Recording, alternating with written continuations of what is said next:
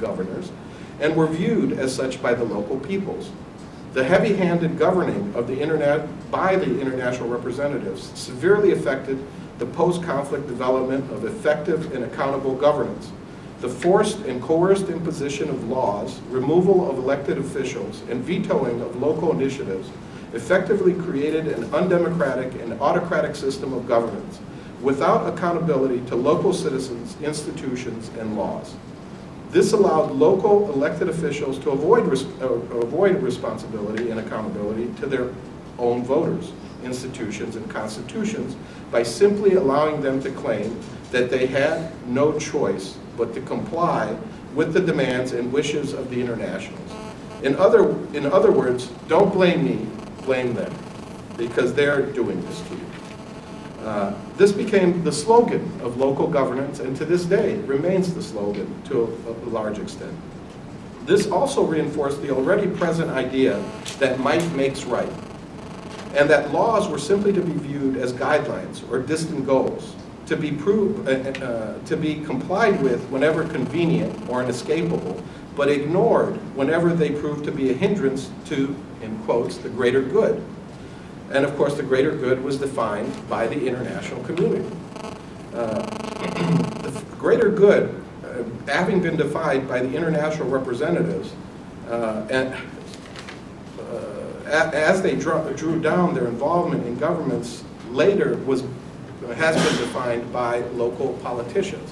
So this argument of greater good still is used, and it's one of the most prominent motivators for countries to try to get their citizens to support the EU process.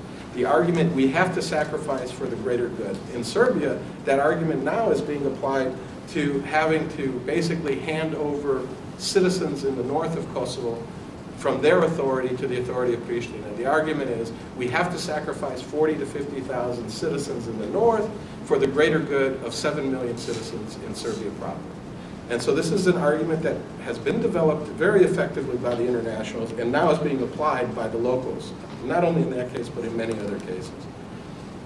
In both cases, the authority of the international representatives was built on very shaky legal grounds through the use of punitive measures, threats, fear, and intimidation.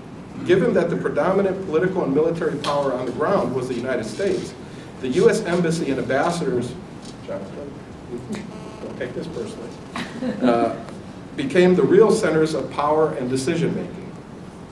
At times, this created competing international centers of influence, at times mutually reinforcing and cooperative centers of influence, but all of the time a confusing and destructive process which undermined the authority, credibility, and legitimacy of local government institutions, elected officials, and respect for the rule of law.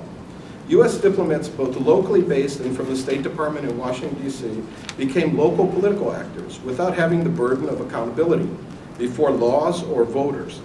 U.S. ambassadors became the most important and powerful political figures in the country, actively engaging in politics, forming governing coalitions or preventing them from doing so, appointing officials and dismissing others. In Kosovo, the U.S. ambassador even forced the election of the current president, Atifete Yahyaga. This created great problems for the development of good governance, functioning democratic political systems, and the respect, again, for the rule of law. On the one hand, creating a culture of dependence where major problems could only be solved through the intervention of the internationals, while on the other hand, a deep and bitter resentment among local people and local politicians from a rising sense of humiliation because they felt helpless and powerless in deciding their own futures. More importantly, it undermined confidence in local institutions, political leaders, and the law. The consequences of this are even today being felt as corruption, incompetent and inefficient government institutions, political leaders, and weak political coalitions struggle to govern in both Kosovo and Bosnia.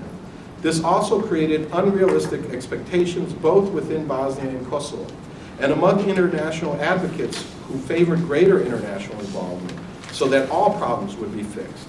However, as interest began to wane and as the attention of the U.S. and the EU was suddenly drawn away from this region following September 11th, and as other international problems emerged, shifting priorities and resources, then problems remained unresolved and grew as prior imposed solutions began to unravel and as local leaders simply challenged the authority of the international representatives, forcing them to admit that they had no real power. As Patty Ashdown, a former High Representative in Bosnia, admitted in one of his books, and I quote him, "However," and this is talking about his own powers, "the High Rep is in effect much more constrained in his use of them," the bond powers in this case, "than might at first seem the case. First of all, any major use of the powers required de facto, if not de jure, the agreement of the steering board, of the PIC, before they could be used." Now the PIC, just as a note, is a group of ambassadors who self-appointed themselves to implement the agreement, or to oversee the implementation of the Dayton Agreement. In Kosovo, we have a similar process called the QUIN, which basically evolved from the involvement in Bosnia, and they have given themselves powers to make executive decisions, or to at least heavily influence executive decisions within Kosovo. And secondly, and I go get back to his quotation, because like any law, they rested on public consent. Any decision using the bond powers depended, just as any law does, on the ultimate acceptance of the people to whom it was being applied. If any of the bond decisions taken by myself or by my predecessors had been rejected outright by the people of Bosnia or by their politicians, there was no way that the decision could have stood, and the powers themselves would have de facto vanished overnight. Now, Ashdown and his colleagues in Bosnia and Kosovo were very fortunate that local elected officials and the peoples rarely challenged decisions made by the international representatives, mostly as a result of war weariness and a fear of potential punitive measures such as the holding back of development funds, or in the case of officials, the fear of being removed from office by decree of the High Representatives.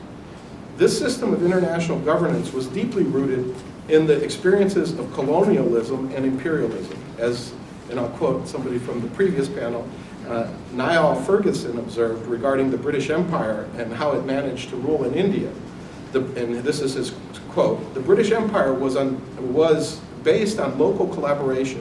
How else could a fewer than 1,000 ICS, Indian Civil Service, men have governed a population of 400 million Indians?"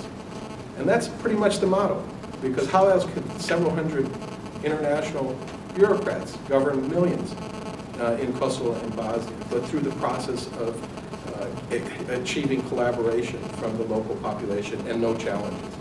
It is important to note that the historical experiences of the peoples of the Balkans have also created a political culture regarding behavior and governance under imperial foreign occupations.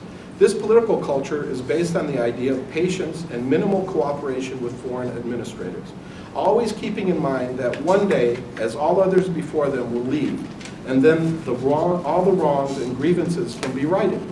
Of course, if the imperial powers or occupiers become brutal and overly repressive, then they are to be confronted with armed rebellion.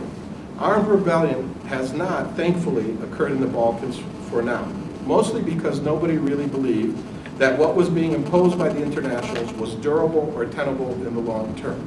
Now I want to add 2 points. One is the idea of reconciliation, because we heard a lot about that. That was one of the primary motivations for the international involvement. I've always thought it was strange that there was this notion that you can impose reconciliation or justice. That as long as there wasn't a sense of ownership by the people who were most affected, the people who actually experienced the tragedies of these conflicts, it was hard to understand how decisions, for example, from the ICTY, the International Tribunal in The Hague, could help promote reconciliation. But yet this was held out, it was waived, it was promised to the peoples. And of course, when it's not achieved, then the people blame the internationals. They feel betrayed. They feel that somehow their people have been wrong. And they embrace something that's a serious problem in the Balkans, but I think it's not just in the Balkans, is a victim syndrome, where they perceive themselves and the people they belong to as being the biggest victim of the conflict. And it doesn't allow for anybody else to be a victim. But more importantly, the entire process of justice and reconciliation, they feel, makes them a victim again.